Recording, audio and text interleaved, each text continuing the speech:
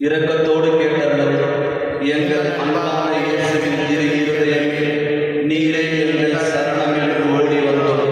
இக்கட்ட நேரங்களில் நீரே எங்கள் துணை, துன்பத் துயரத்தில் நீரே எங்கள் ஆறுதல், சோதனை நிலையில் நீரே எங்கள் நாங்கள் எழுப்பிய மன்றாட்டுகளை எப்படியும் தருவீர் என்று நம்பியிருக்கிறோம். ஆயினும் உன் விருப்பத்தின் வழியாக இந்த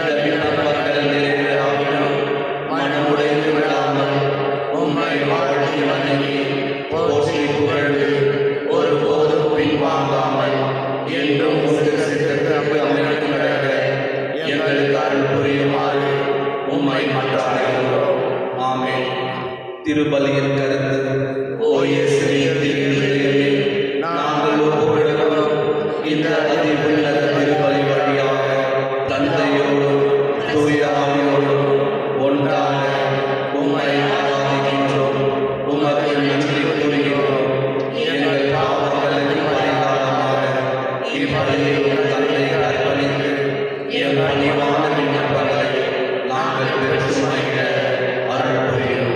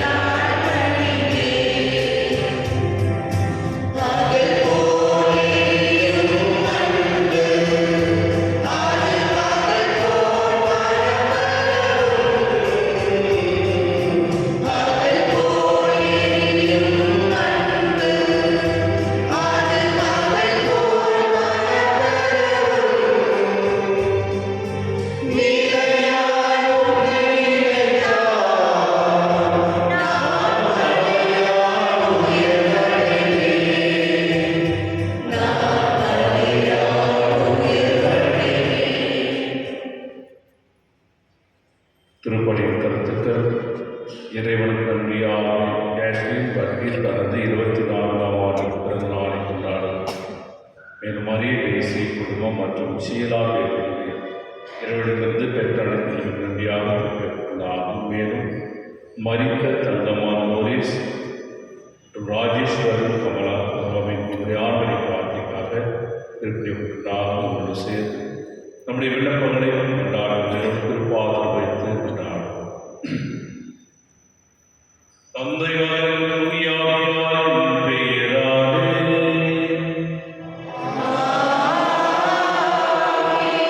ஆண்டவராகிய இயேசு கிறிஸ்துவின் அருளும் கடவுளின் அன்பும் தூய ஆவியாரின் நட்புறவும் உங்கள் அனைவரோடும் இருப்பதாக.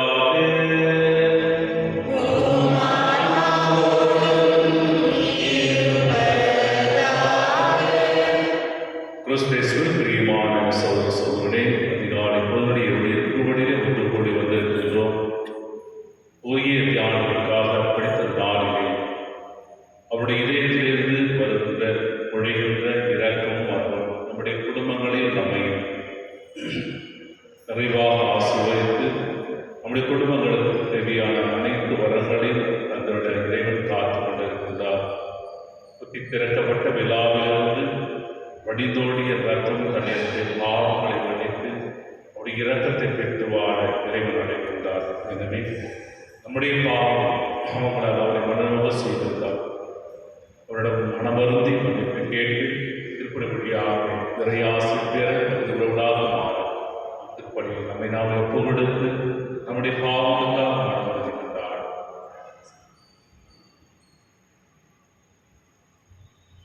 எல்லாவற்றை இறைவனிடமும் சகோதர சகோதரிகளிடமும் நான் பாவியை ஏற்றுக்கொள்கிறேன்.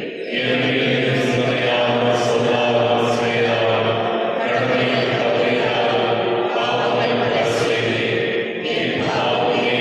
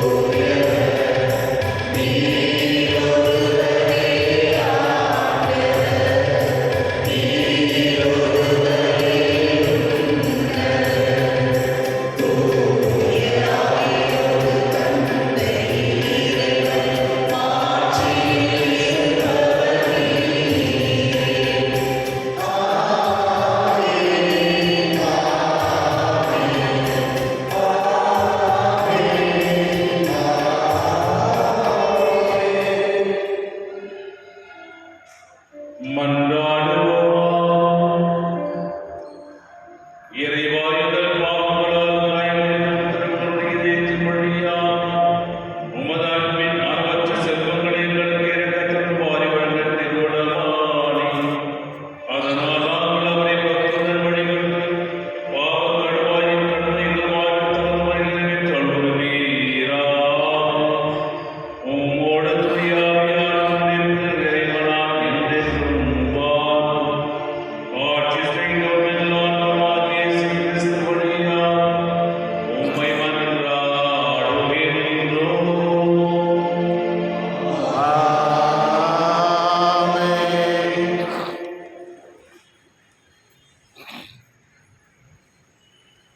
ஆண்டவர் இல்லத்திலேயே மக்கள் எல்லோரும் எரோமியாவை சூழ்ந்து கொண்டனர். இறைவாக்கினர் எரோமியா நூலிலிருந்து வாசகம். யோசுவாவின் மகனும் யூதாவின் அரசனுமான யோயாக்கீமுடைய ஆட்சியின் தொடக்கத்தில் ஆண்டவர் அருளிய வாக்கு. ஆண்டவர் இவ்வாறு கூறுகிறார்: நீ ஆண்டவர் இல்லத்தின் முற்றத்தில் நின்று கொண்டு அங்கு வழிபாடு செலுத்த வரும் யூதாவின் எல்லா நகரினருக்கும் சொல்லுமாறு நான் உனக்கு கட்டளையிடும் எல்லா சொற்களையும் நீ அவர்களுக்கு அறிவி. அவற்றில் ஒன்றையும் விட்டுவிடாதே. ஒருவேளை அவர்கள் உனக்கு செவிசாய்த்து அவரவர் தம் தீய வழியை விட்டு திரும்பலாம். அப்பொழுது அவர்களுடைய தீய செயல்களை முன்னிட்டு அவர்களுக்கு நான் அழிக்க எண்ணியுள்ள தண்டனையை பற்றி என் மனதை மாற்றிக்கொள்வேன். நீ அவரிடம் சொல்ல வேண்டியது: ஆண்டவர் கூறுவது இதுவே, நீங்கள் எனக்கு செவி கொடுக்காமலும் உங்களுக்கு கொடுத்திருக்கும் என் சட்டத்தின்படி நடவாமலும் நீங்கள் செவிசாய்க்காத பொழுதும் நான் மீண்டும் மீண்டும் உங்களிடம் அனுப்பி வைக்கும் என் ஊழியரான இறைவாக்கினுடைய சொற்களை கேளாமலும் இருப்பீராகில் கோவிலை சீலோவை போல் ஆக்குவேன். இந்நகரை உலகில் எல்லா மக்களினத்தார் நடுவிலும் சாபக்குறியாக மாற்றுவேன். ஆண்டவர் இல்லத்தில் எரோமியா குறித்த சொற்களை குருக்களும் இறைவாக்கினர்களும் மக்கள் அனைவரும் கேட்டனர். மக்கள் அனைவருக்கும் சொல்படி ஆண்டவர் கட்டளையிட்டிருந்த எல்லாவற்றையும் எரோமியா கூறி முடித்த போது குருக்களும் இறைவாக்கினர்களும் மக்கள் அனைவரும் அவரை பிடித்து, நீ கண்டிப்பாய் சாக வேண்டும் என்று கூச்சலிட்டனர். இக்கோவிலை சீலோவை போல் மாற்றும் இந்நகர் குடியிருப்பாராய் பாழாய் போகும் என்று ஆண்டவரின் பெயரால் நீ ஏன் இறைவாக்கு உரைத்தாய் என்று கூறி ஆண்டவர் இல்லத்தையே மக்கள் எல்லோரும் எரோமியாவை சூழ்ந்து கொண்டனர். இது ஆண்டவர் வழங்கும் அருள்வாக்கு. இறைவா நன்றி. பதிலுரை பாடல். ஆண்டவரே, உம் பேரன்பினால் எனக்கு பதில் மொழி தாரும். ஆண்டவரே, உம் பேரன்பினால் எனக்கு பதில் மொழி தாரும். காரணமில்லாமல் என்னை வெறுப்போர் என் தலைமுடியை விட மிகுதியாயிருக்கின்றனர். பொய் குற்றம் சாட்டி என்னை தாக்குவோர் பெருகிவிட்டனர். நான் திருடாததை எப்படி திருப்பி தர முடியும்? பல்லவி. ஆண்டவரே, உங்கள் பேரன்பினால் எனக்கு பதில் மொழி தாரும். ஏனெனில் உட்பொருட்டே நான் இழிவை ஏற்றேன். வெட்கக்கேடு என் முகத்தை மூடிவிட்டது. என் சகோதரருக்கு வேற்று மனிதரானேன். என் தாயின் பிள்ளைகளுக்கு அயலானேன். பல்லவி. ஆண்டவரே, உமது பேரன்பினால் எனக்கு பதில் மொழி தாரும். உமது இல்லத்தின் மீது எனக்குண்டான ஆர்வம் என்னை எரித்து விட்டது. உம்மை பழித்து பேசினவர்களின் பழி சொற்கள் என் மீது விழுந்தன.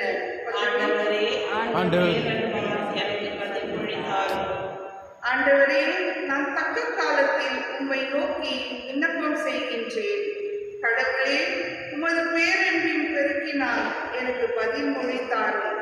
துணை செய்வதில் நீர் மாறாதவர்.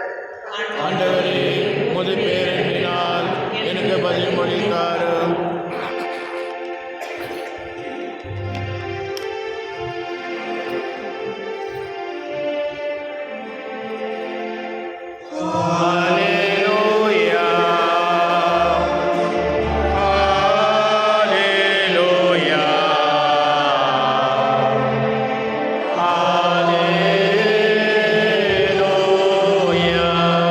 நம் ஆண்டவரின் வார்த்தையோ என்றென்றும் நிலைத்திருக்கும். இவ்வார்த்தையில் உங்களுக்கு அறிவிக்கப்பட்ட நற்செய்தி. அல்லேலூயா. Hallelujah.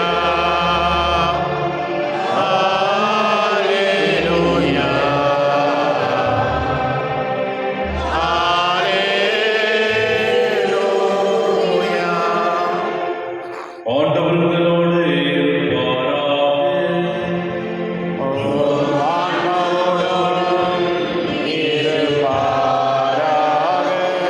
மத்தேயு எழுதிய பரிசுத்த நற்செய்தியிலிருந்து வாசகம்.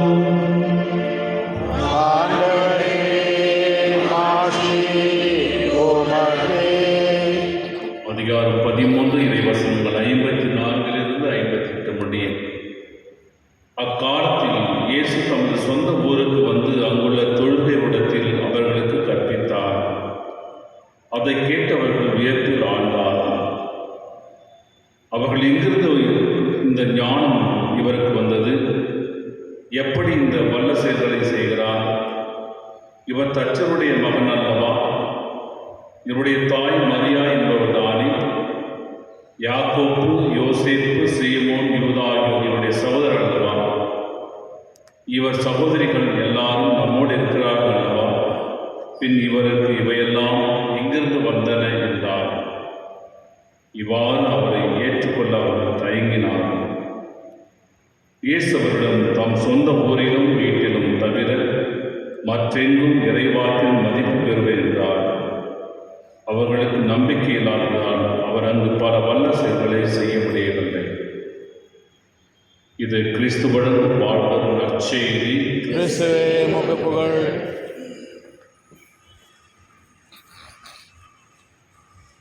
கிறிஸ்தேசுவின் பிரியமான சகோதர சகோதரர்களே, இயேசு கிறிஸ்துவின் நேற்று நாமத்தில் காலை வணக்கம் வாழ்த்துக்கள்.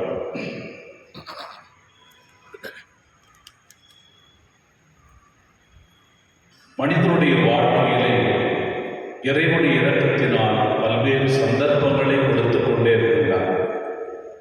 மனிதன் மனம் மாறுவானா என்று எதிர்பார்த்திருக்கின்றது. ஏனென்றால் அவர் அளவற்ற அன்பு இன்றும் நம்மை சூழ்ந்து கொண்டுதான் இருக்கிறார். ஏனென்றால் ஆண்டவராகிய கடவுள் தன் ஒரே பேரான மகன் இந்த உலகுக்கு அனுப்பி உலகத்தின் பாவங்களை சோர்ந்த பின்பு கூட நாம் அந்த பாவங்களிலே விழுந்து கொண்டிருக்கின்றோமே.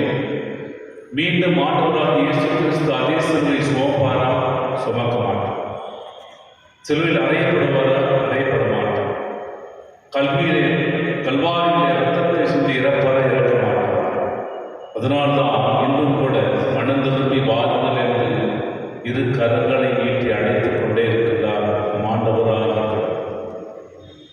தன் மகன் வழியாக இயேசுக்கு வழியாக இறை வார்த்தைகளை சொல்லியும் கூட, பல்வேறு தடவை நமக்கு அறிவுரை சொல்லியும் கூட, பல்வேறு முறைகளிலே நமக்கு வழிகாட்டியும் கூட, இன்னும் மனமாறாத மக்களிடங்களில் மென்மேலும் அவர் கூறுவது மனமாறுதல் என்று. இன்றைய முதல் வாசகத்தில் அதே தான் சொல்லப்படுகின்ற வார்த்தை. உண்மையை சொன்னதற்காக சிறையில் அடைக்கப்பட்டார் இறைமையா இறைவாக்கினர். இறைமையா இறைவாக்கினருக்கு ஆண்டவராகிய கடவுள் தோன்றி அவர் சொல்லுகின்ற கட்டளை என்ன? யோயோக்கின் காலம் அரசன் ஆட்சியாளர் யூதாவின் அரசனாக ஆண்ட காலம் கிமு 69 இந்த அரசன் ஆட்சி செய்கின்ற போது கடவுளுடைய கட்டளையானது இறைமையா கருடப்பட்டது. ஆண்டவரின் இல்லத்து முற்றத்தில் இருந்து யூதாவின் நகரங்களிலிருந்து வழிபட வரும் மக்கள் அனைவருக்கும் நான் உனக்கு சொல்லும் வார்த்தைகளை அறிவி என்று இறைமையை ஆண்டவராகிய கடவுள் சொல்கிறார். அறிவி என்றால் கெரோசோ கிரேக் வார்த்தை. சென்று அறிவியுங்கள். நாம் அறிந்து கொண்டால் வழியை அறிவிக்க முடியாது. இறைவாக்கினர் கடவுளுடைய வார்த்தையை ஏற்றுக்கொண்டால்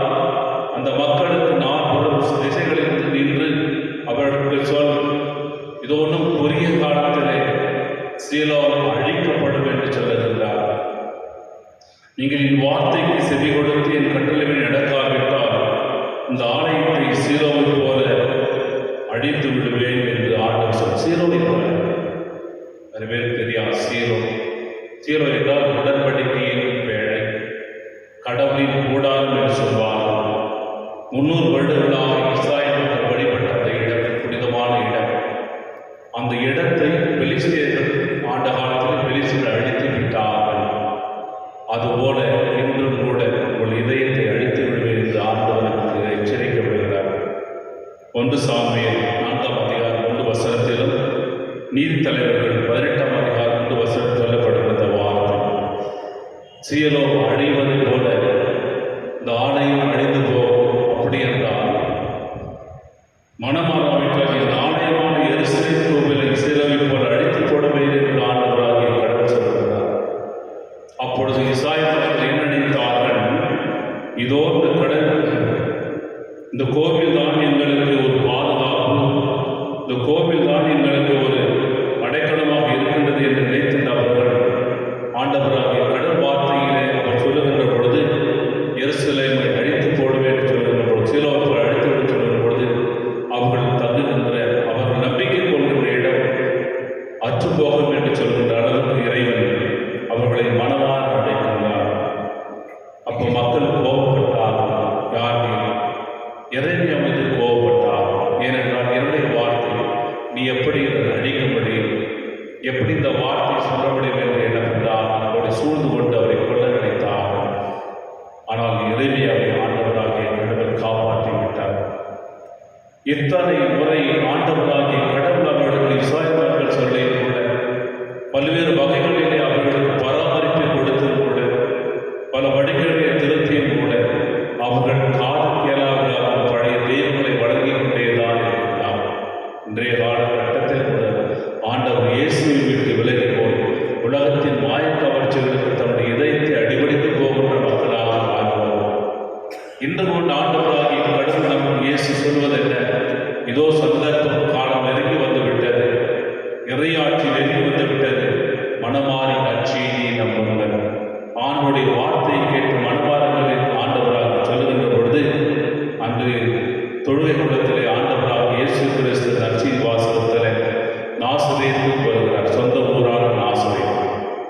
இந்த நாசரேத்தில் வந்து போதிக்கின்ற பொழுது அந்த தொழுகை கூடத்திலே ஆர்வலர்கள் போதிக்கின்ற பொழுது ஆண்டவருடைய ஞானத்தை வெளிப்படுத்தி போதிக்கின்ற பொழுது என்னெல்லாம் பழகத்தான் பாடு குறைக்கும். ஏனென்றால் சொந்த ஊரிலிருந்து யாரும் போதித்தால் யாரும் ஏற்றுக்கொள்ள மாட்டார்.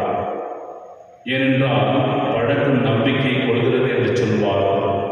எனவே அந்த நாசரேத்துக்கு வருகை செய்யும் பொழுது அங்கே அதிசயம் செய்ய முடியவில்லை. ஏனென்றால் மக்கள் நம்பிக்கையற்றவர்களாக இவன் தச்சின் மகன்தானே, இப்படிய சோதரர்கள் யோவானுடைய சகோதரர் தானே, இவனுக்கு எப்படி இந்த ஞானம் வந்தது?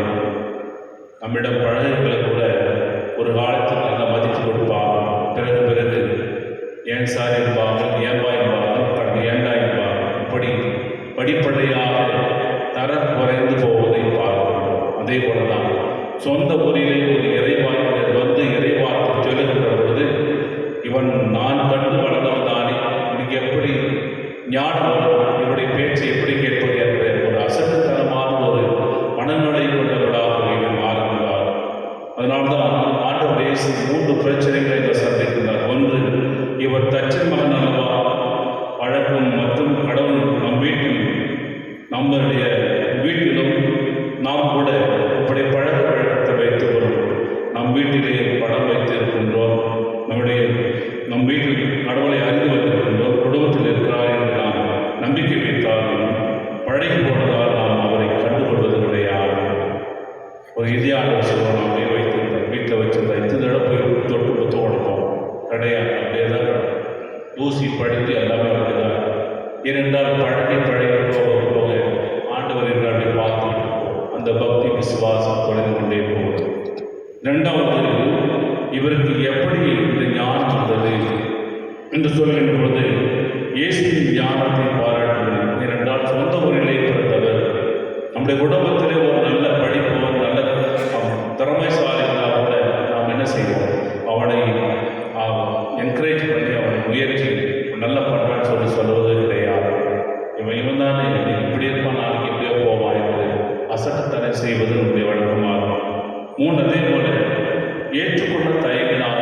ஆண்டவர் இயேசுவை ஏற்றுக்கொள்ள தயங்கினார். இவன் இறைமகன் என்று சொல்கிறார். எப்படி ஏற்றுக்கொள்வது? நான் பார்த்து வளர்ந்தவில்லை அல்லவா என்று சொல்லுகின்ற பொழுது அவர் சொல்கின்ற வார்த்தையை ஏற்றுக்கொள்வதில்லை யார்? இவ்வாறாக சொந்த ஊரிலும் சொந்த வீட்டிலும் இறைவனுக்கு மதிப்பில்லை என்று ஆண்டவர் சொல்வது போலவே இன்றும் கூட குருக்களான ஆண்டவரை போதிக்கின்றவர்களாக யாரெல்லாம் போதனை செய்கிற அவர்களெல்லாம் பார்த்து ஏறம் செய்வதோடு இவன் எப்படி இருந்தான் என்று வந்து போதிக்கிறானே என்று சொல்வதும் நம்முடைய அசத்தனமான வார்த்தைகள். பிரியமான இறை வார்த்தையை வாசிக்கின்ற ஒவ்வொருவரும் அதற்குண்டான ஞானத்தை இறைவன் கொடுக்கின்றார், அவருக்குண்டான திறமை கொடுக்கின்றார். யார் யார் எது எது செய்ய வேண்டும் என்று அவர் திட்டமிடுகிறது போல் நடக்கின்ற பொழுது அவர் யார் சொன்னாலும் யார் எதை சொன்னாலும் பொருட்படுத்தாமல் செய்யக்கூடிய அளவுக்கு ஆண்டுடைய திட்டம் விளங்குகிறது. அதனால்தான் போதிப்பவர் போதித்துக் கொண்டே இருப்பார். கேட்கின்றவர் கேட்கலாம், கேட்காமல் போகலாம், அதற்கு கவலை கிடையாது. இறை வார்த்தை அறிவிக்கின்ற பொழுது கேட்காத உள்ளவர்கள் இருப்பார்கள், கேட்டு அதை மனதில் கொள்பவர்கள் இருப்பார்கள். விதைக்கின்ற ஓமை போல 4 இடங்களில் விதைக்கின்ற ஓமை போலதான். ஆனால் 30 மடங்கு 60 மடங்கு 100 மடங்கு கொடுக்கின்ற சிலரை அதற்குண்டான அவருடைய இடத்தில் கொண்டிருப்பார். இவ்வாறு ஆண்டவர் இயேசுவை பற்றி அவர் இறைவார்த்தை போதிக்கின்ற பொழுது சொந்த வீட்டிலும் சொந்த இடத்திலும் அவருக்கு மதிப்பில்லை. அதனால் ஆண்டவர் இயேசு அங்கே புதுமைகளை செய்ய அவர் மறுத்துவிட்டார். பிரியமானவர்களே, இத்தனை ஆண்டவர் இயேசுவை மிக அருகில் வந்தாலும் கூட நம் அசட்டுத்தனமாக நம்முடைய மனநிலை மாற்றப்படுவதுதான் இறைவனுடைய ஆசிரியரை நாம் உதாசனப்படுத்தி தருகிறோம். ஆனால் என்னுடைய வாசகத்தில் என்னுடைய நாளிலே தாய் திருச்சபையானது விடுதலையான விஞ்ஞாச நோயாளர் நினைவை கொண்டாடுகிறார். விஞ்ஞாச நோயாளர் அவர் 1990ஆம் ஆண்டு ஸ்பெயின் நாட்டிலே லயோலா என்ற இடத்திலே பிறந்தார். இறப்புவது 1986ஆம் ஆண்டு ஜூலை மாதம் 31ஆம் ஆண்டு பிறந்தார். இவருடைய பிறகு ஒரு சிறு வயதிலேயே போர் வீரராக மாற வேண்டும் என்று 17 வயதிலே இராணுவத்தில் சேர்ந்தார். இராணுவத்தில் சேர்ந்து படைத்தளபதியாக இருக்கிற பொழுது அங்கே குண்டு வெடித்து அவருடைய கார் மூலமாகிறது, முறிந்து போகிறது. முறிந்து போக அளவில் என்ன செய்தால் ஒரு கார் முழுவதுமாக முறிந்து போனார்கள், கொட்டையாக மாறினார். இருப்பினும் அவரை மருத்துவமனையில் சேர்க்கிறார்கள். மருத்துவமனையில் என்ன செய்தார்? அவர் தன்னுடைய மருத்துவ சிகிச்சை பெற்றுக் கொண்டிருக்கின்ற பொழுது அங்கு பல்வேறு புத்தகங்களை படிக்கின்றார். புனிதருடைய வாழ்க்கை வரலாறு பார்க்கின்ற பொழுது அப்பொழுது அவர் அவருடைய மனமாற்றத்தை உணர்கின்றார். ஆன்மீக வழியிலே அவருடைய மனமாற்றை உணர்ந்து ஒரு இயேசு சபையை எதிர்க்கின்ற அளவுக்கு அவர் தன்னுடைய ஆன்மீகம் இருந்தார். எனவே 1521ஆம் ஆண்டு பாம்புலோனா என்ற இடத்திலே போரில் அவருடைய கால் எழுந்தாலும் 1440ஆம் ஆண்டு இயேசு சபையை நிறுவி உலகம் பரவிருக்கின்ற அளவுக்கு அவர் அடித்தளமிட்டார் என்பதை பார்க்க முடிகிறது. இன்று உலகம் முழுவதும் இயேசு சபையானது இக்னேசிய லோயாலாவுடைய கல்வி மற்றும் ஆன்மீகப்படி மற்றும் மறைப்பணியிலே மிகச்சிறந்து சேவை செய்து கிறிஸ்துவத்தை பரப்புகின்ற அளவுக்கு உலகெங்கும் பரவிப்பதை நாம் பார்க்க முடியும். பிரியமானவர்களே, அவருடைய முக்கிய குறிப்பு அத்மேரியும் தி குளோரியம் என்ற ஒரு வார்த்தை சொல்லுகின்ற பொழுது அவர் 1 Corinthiயர் 10ஆம் அதிகாரம் 31 வசனத்தில் சொல்லப்படுகிற வார்த்தை கிருதுவாக எடுத்து குறிக்கோளாக மாற்றும். நாம் எதை செய்தாலும் எல்லாவற்றும் இறைவனுடைய அதிமிக மகிமைக்காக செய்வோம், கடவுளுடைய மகிமைக்காக செய்வோம் என்ற அந்த அருமையான ஒரு வார்த்தையை எடுத்து அவருடைய வாழ்வாக கடவுளுக்கு அர்ப்பணமாக்கியவர். எதை செய்தாலும் கடவுளுக்காக கடவுளுடைய மகிமைக்காக செய்வோம் சொல்கின்ற பொழுது நம்முடைய ஒவ்வொரு செயலும் நற்செயலாக மாறும். எனவே அவருடைய 3 போதனைகள்: 1, கண்டுபிடி, ஒவ்வொரு செயலிலும் கடவுளை கண்டுபிடி. 2வது, தேர்ந்தெடு, நல்லதையே தேர்ந்தெடு. இந்த உலகத்தில் பல்வேறு தேவைகள் நம்மளுக்கு பல்வேறு தெரிகிறது, ஆனால் நல்லதை தேர்ந்தெடு. 3வது, இறைவனுக்காக பணி செய். அப்போ நம்முடைய மனம் முழுவதும் நாம் இறைவனை கண்டுபிடித்து நல்லதை தேர்ந்தெடுத்து இறைவனுக்கு பணி செய்கின்ற பொழுது நாம் அவருடைய பிள்ளைகளாக மாறும். இதுதான் இக்னேசிய லோயலா அவர்கள் கடைபிடித்த அவருடைய போதனைகள் ஒன்றாக. பிரியமானவர்களே, இறைவனின் வார்த்தையை நாம் ஏற்றுணர்ந்து அதுபடி நடக்கின்ற பொழுது இறைவனின் அருளை பெற்றவர்களாக மாறுகிறோம். எனவே சாட்சியான இக்னேசிய லோயலா கூட ஆன்மீக இயேசு சபையானது மிகவும் தெளிவுபட்டு விளங்குவது போல இறைவனுடைய வார்த்தையை அறிவிக்கின்ற அளவுக்கு இறை ஞானம் பெற்றவர்களாக நம்முடைய வாழ்க்கையின் மூலமாக, நம்முடைய செயலின் மூலமாக, நம்முடைய வார்த்தையின் மூலமாக இறைவனை அறிவிக்கின்ற அளவுக்கு இறைவன் நமக்கு வேண்டிய ஆவி வரங்களை தந்தருள திருப்பலியாக கொண்டாடுவோம். ஆமென்.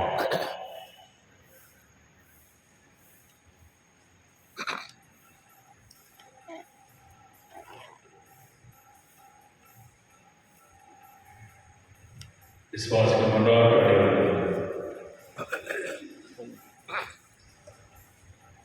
மாத சோதர சோதரியை நாம் பாவத்தால் இறைவனுக்கு எழுந்த போதும் அவர் நம்மை இருப்பதில்லை. மனிதனை மனிதராக இருந்து அன்பு செய்ய தன் ஒரே மகனையே மனிதராக அனுப்பி அவரது திரியத்தின் வழியாய் நம்மை தொடர்ந்து அன்பு செய்து வருகிறார். அந்த அன்பு தந்தையிடம் எங்களுக்காக வருகிறார். உங்கள் பதில் ஆண்டவரே மன்றாட்டை கேட்டாலும் ஆண்டவரே எங்கள் மன்றாட்டை கேட்டருளும். எங்கள் திருத்தந்தை பதாங்கங்களையும் பேராயர்கள், ஆயர்கள், துணை ஆயர்கள், குருக்கள், கன்னியர், வேதப்பணியில் ஈடுபடும் இல்லறத்தோர் அனைவரும் இயேசுவின் சாட்சிகளாய் திகழவும் இறையரசர் பரப்ப அயராத ஆர்வமுடன் உழைக்க வேண்டும் என்று இறைவன் கொண்டாடுகிறோம். ஆண்டவரே எங்கள் மன்றாட்டை கேட்டருளும். திரு இருதய படங்களை இல்லங்களில் நிறுவி வழிபடும் இல்லங்களை ஆசீர்வதித்தருளும்.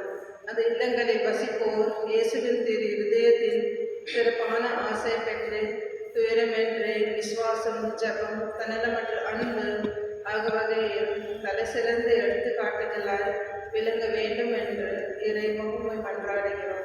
ஆண்டவரே எங்கள் மன்றாட்டை கேட்டருளும். மனவேதனையாலும் உடல் நோயாலும் துன்பப்படும் அனைவரையும் நினைவு கூறுகிறோம்.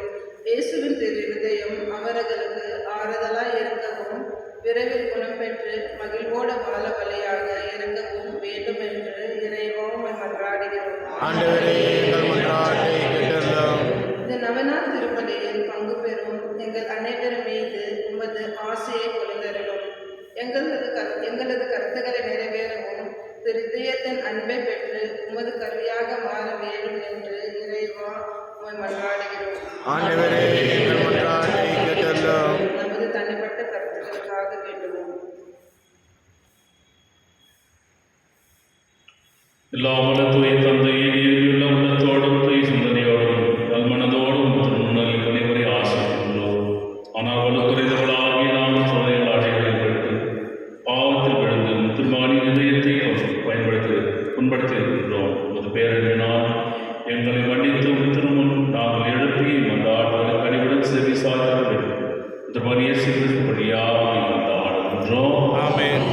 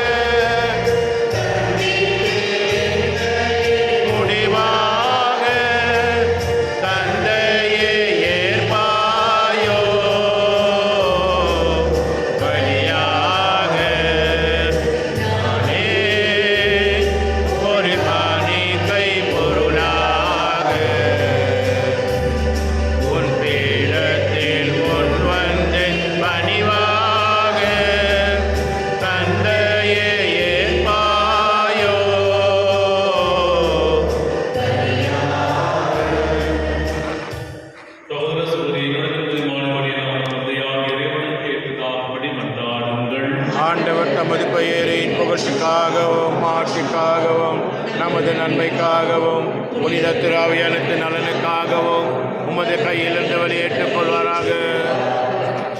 ஆண்டவரே, உன் வார்த்தையினுடைய இதயத்தின் சுடர்த்திய அன்பை கண்ணோக்கியருளும். அதனால் நாங்கள் ஒப்புக்கொடுப்பது உமக்கு உகந்ததாகும். நீங்கள் பாவப்படுத்தப்படுவாயாக. அமையேற்போம். ஒருவரிவீரா, எங்கள் ஆண்டவராக இயேசு கிறிஸ்து வழியாக மன்றாடுகின்றோம். ஆமென். ஆண்டவர் உங்களோடு இருப்பாராக. உம் ஆன்மாவோடும் இருப்பாராக. இதயங்களை மேலே எழுப்புங்கள். ஆண்டவரிடம் எழுப்பியுள்ளோம். தேவனாகிய ஆண்டவருக்கு நன்றி கூறுவோம். அது தகுதியும் நீதியும் ஆனது. ஆண்டவரே, தூயவரான தந்தை, தந்தை எல்லாம் வல்ல இறைவா, எங்கள் ஆண்டவராகிய கிறிஸ்து வழியாக எந்நாளும் இவ்விடத்துள்ளார் நமக்கு நன்றி செலுத்துவது மெய்யாகவே தகுதியும் நீதியுமாம். எங்கள் கடமையும் மீட்புக்குரிய செயலுமாம். சிலுவையில் உயர்த்தப்பட்ட கிறிஸ்துவிய பெருமையால் தம்மையே உட்கார கையெழுத்தார். ஒத்தி திறக்கப்பட்ட விழாவில் ரத்தம் தண்ணீர் வடிந்தோட செய்தார். இதிலிருந்து திராவினுடைய ஆண்மைப்பட்டன. இவ்வாறு மீட்பளித்த தேயத்தில் மனைவி இயக்கப்பெறவும் மீட்பளிக்கும் முத்துகளிலிருந்து வைத்திடுவதோடவும் செய்தருளினார். ஆகவே புனிதமான தூதர்களோடும் சேர்ந்து நாங்கள் உம்மை போற்றேத்தி முடிவின்றி அறிக்கையிட்டு பாடுவதாவது.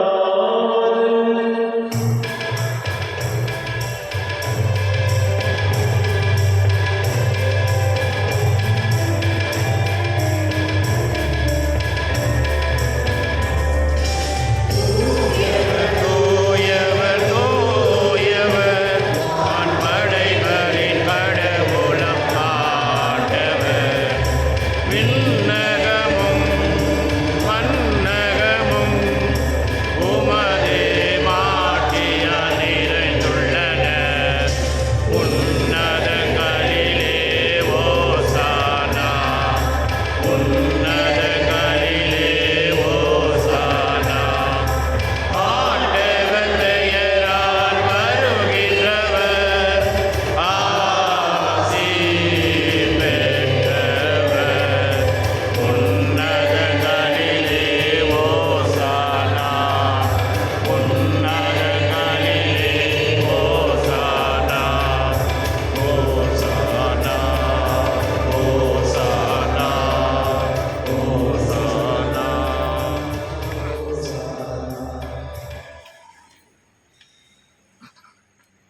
ஆண்டவரே, நீர் மெய்யாகவே தூயவர், தூய இடத்திற்கும் மூன்று. ஆகவே உம்முடைய ஆவியை காணப்படுத்த உம்மை வேண்டுகின்றோம். இவ்வாறு எங்கள் ஆண்டவர் இயேசு கிறிஸ்துவின் உடலும் இரத்தமுமாக எங்களுக்கு இவை மார்க்கமாக. அவர் பாடுபட உடன்படிந்து தம்மையே கையளித்தபோது அப்பத்தை எடுத்து நன்றி செலுத்தி அதை பிட்டு தம் சீடருக்கு அளித்து கூறியதாவது: அனைவரும் இதிலிருந்து பெற்று உண்ணுங்கள். ஏனெனில் இது உங்களுக்காக கையளிக்கப்படும் என் சரீரம்.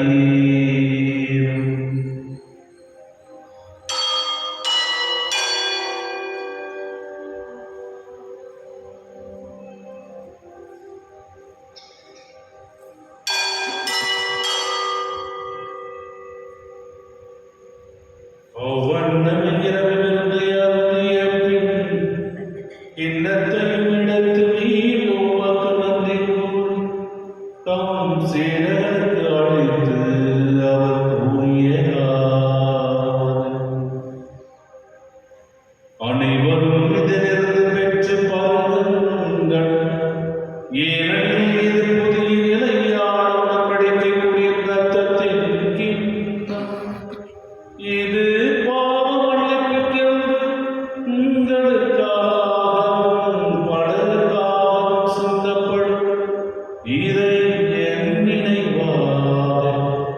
செய்யுங்கள்.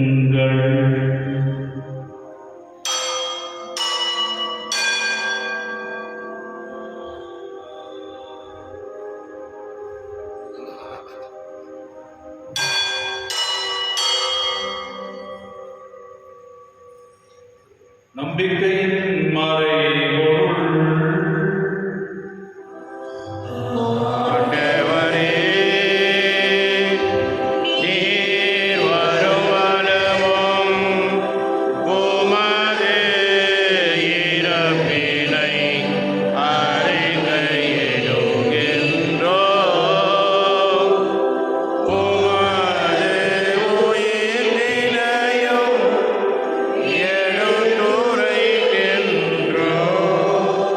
ஆகவே ஆண்டவரே, நாங்கள் கிறிஸ்துவின் இறப்பினை மீட்டெழும்போது வாழ்ந்தோம் அப்பத்தையும் மீட்படி கிண்ணத்தை உமக்கு ஒப்புக் கொடுக்கின்றோம்.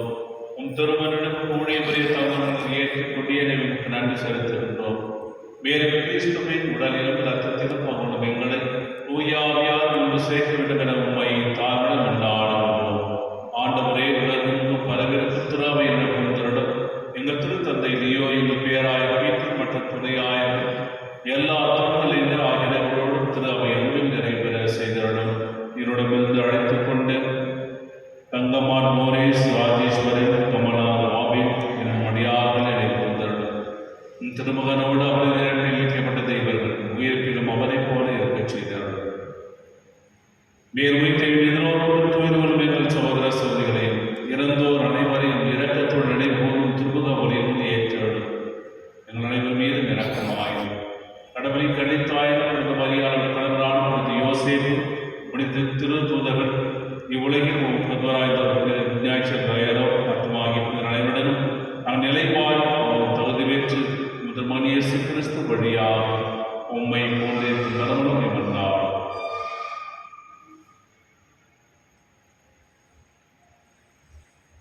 இவர் வழியா இவரோடு இவரில் எல்லாம் இறைவனாகிய தந்தையே, தூய ஆவியாரின் அமைப்பில் எல்லா புகழும் ஆட்சியும் என்றென்றும் உமக்கு உரியதே.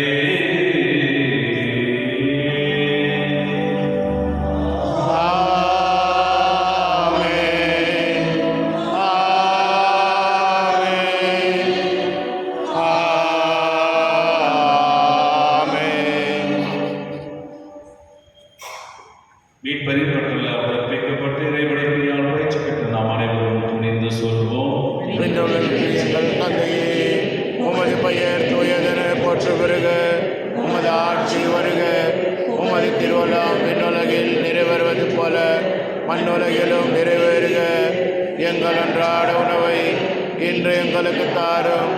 எங்களுக்கு எதிராக குற்றம் செய்வோரை நாங்கள் மன்னிப்பது போல எங்கள் குற்றங்களை மன்னியும்.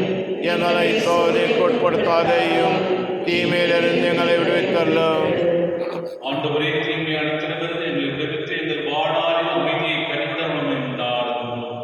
ஒரு இறக்கத்துக்கு உதவியாக எங்கள் பாவத்திலிருந்து ஏற்படுவதை பெற்று யாரோடு கலக்கமும் இன்றைய உணவாயிருப்போமா. நாங்கள் எதிர்நோக்கியிருந்து பேர்வதற்காக என் மீட்பராக இயேசு கிறிஸ்துவின் வருகைக்காகவும் காத்திருக்கின்றோம். ஏனெனில் ஆட்சியும் வல்லமையும் மாட்சியும் என்றென்றும் உமது. ஆண்டவரே, இயேசு கிறிஸ்துவை அமைதியை உங்களுக்கு வெற்றிச் செல்கின்றேன். என் அமைதியை உங்களுக்கு அளிக்க திருத்துவதற்கு முன்கிறேன். எங்கள் பாவங்களை பாராமல் திருவை நம்பிக்கையை கண்டோம். உமது திருவுளத்திற்கேற்ற அமைதியை வசூல் வளர்த்துவீராக. என்றென்று வாழ்ந்து ஆட்சி செய்கின்றவர் நீரே. ஆமென். உம்முடைய அமைதி நடுவோடு இருப்பதாக, ஆன்மாவோடும் இருப்பதாக. ஒருவருக்கொருவர் இறைவன் தரும் அமைதியை பகிர்ந்து உலகின் பாவம் போக்கும் இறைவனின் சமரியே, எம்மேல் இரக்கம் வையும். உலகின் பாவம் போக்கும் இறைவனின் சமரியே, எம்மேல் இரக்கம் வையும்.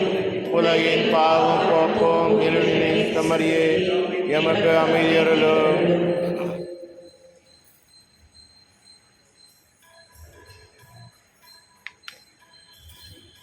இதோ இறைவனின் செம்மறி, இந்த உலகின் பாவங்களை போக்குகிறவர். செம்மறின் விருந்துக்கு அழைக்க பெற்றோர் பேறு பெற்றோர். என் ஆண்டவரே, நீர் எழுந்தருள நான் தகுதியற்றவர். ஆனால் ஒரு வார்த்தை மட்டும் சொல்லி அருளும், எனது ஆன்மா நலமடையும்.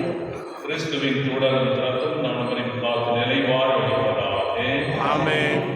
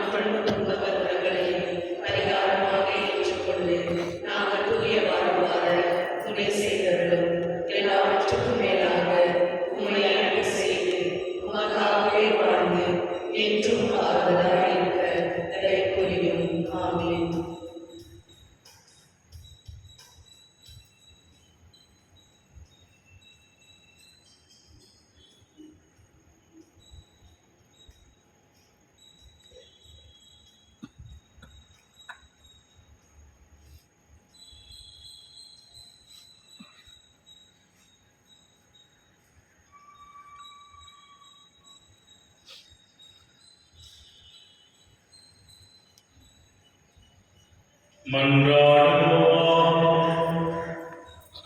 ஆண்டவரே, நன்மையுடைய ஆளுங்களை புனிதர் பங்கேறு செய்வதாகும். இவ்வாறு நான் திருமணமே ஈர்க்க பெற்று எங்கள் சகோதர சகோதரிகளின் கவலையை கொண்டு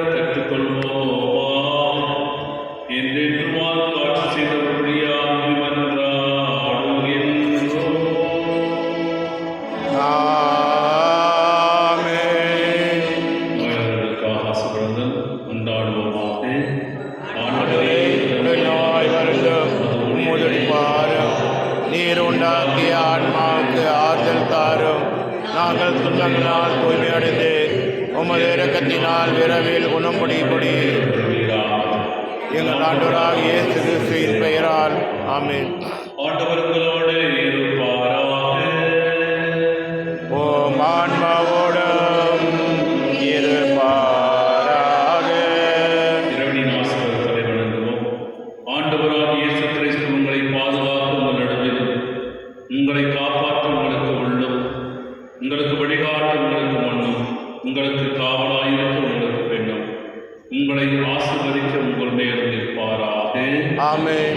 எல்லாம் வல்ல இறைவன், தந்தை, மகன், தூய ஆவியார் நம்மை ஆசீர்வதிப்பாராக.